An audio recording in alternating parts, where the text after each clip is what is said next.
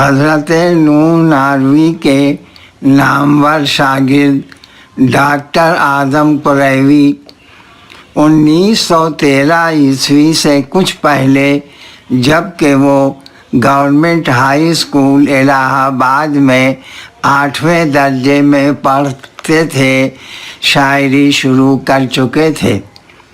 حضرت نون نانوی کا دوسرا دیوان طوفان نوح 1925 عیسوی میں چھپ چکا تھا۔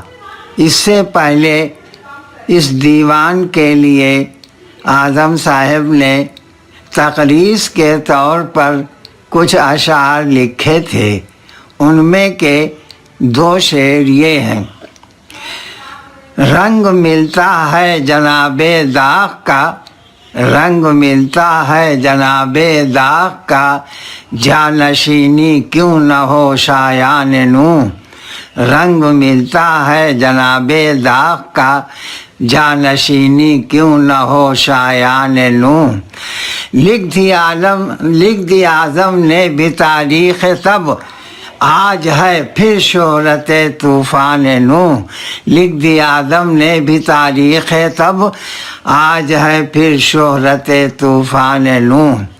حضرت نون نانوی کے دوسرے دیوان یعنی طوفان نوح کے نام کی رعایت سے اعظم صاحب نے ایک ماہنامہ طوفان الہ آباد سے نکالنا شروع کیا تھا، جس کے سرپرست حضرت نون نانوی تھے۔ اس رسالے کی ادارت اعظم قریوی نے 1921 عیسوی کے اواخر تک کی تھی، کیونکہ اس سے ذرا پہلے ان کو فوج میں سویلین کلرک کی ملازمت مل گئی تھی۔ حضرت نون نانوی کے شاگردوں میں اعظم قریوی مشہور افسانہ نگار بھی شامل ہیں۔ اگرچہ طبعی طور پر انہوں نے شاعری شروع کی تھی، لیکن جب انہوں نے اپنے ماہنامے طوفان کے لیے ایک افسانہ پریم کی انگوٹھی لکھا اور اسے اپنے ہی رسالے میں شائع کیا تو وہ افسانہ بہت مشہور ہوا۔ کئی رسالوں نے اپنے رسالے میں نقل کیا اور کئی زبانوں میں ترجمہ بھی ہوا۔ اس طرح سے اعظم قریوی افسانہ نگاری کرنے لگے۔ 1926 عیسوی میں ان کا تبادلہ الہ آباد سے کوئٹہ کا ہو گیا، جس کا انہیں بہت افسوس رہا۔ اعظم قریوی کوئٹہ چلے گئے۔ وہاں بھی وہ شاعری تو کرتے رہے، لیکن زیادہ توجہ ان کی افسانہ نگاری کی طرف رہی۔ اعظم قریوی کے اشعار جو رسالوں میں شائع ہوئے تھے، ان کا ابھی تک کوئی مجموعہ شائع نہیں ہوا۔ کچھ اشعار ان کی شاعری کے نمونے کے طور پر میں سناتا ہوں۔ اے چارہ گرو دیکھو تو ذرا، کیا مجھے کوئی بیماری ہے؟ اے چارہ گرو دیکھو تو ذرا، کیا کوئی مجھے بیماری ہے؟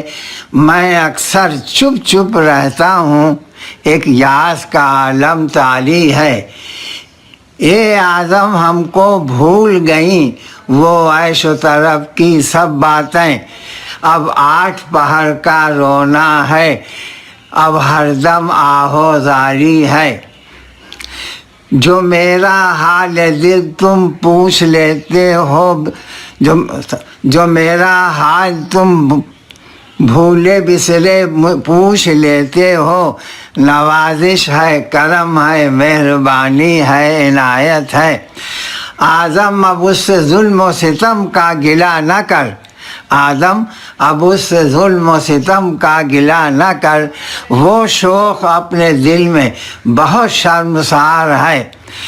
شاعری میں تیری آتا نہ مزہ اعظم، شاعری میں تیری آتا نہ مزہ اعظم، تو نے الفت کا اگر روگ نہ پالا ہوتا، اور تو کچھ بھی نہ تھا بس ایک خدا کا نام تھا، اور تو کچھ بھی نہ تھا بس ایک خدا کا نام تھا، ہو گیا حیران میں اللہ کا گھر دیکھ کر، نہ ہمدم رہ گیا کوئی نہ مونس رہ گیا کوئی، وطن سے ہم ہوئے باہر تو اب غربت ہی غربت ہے۔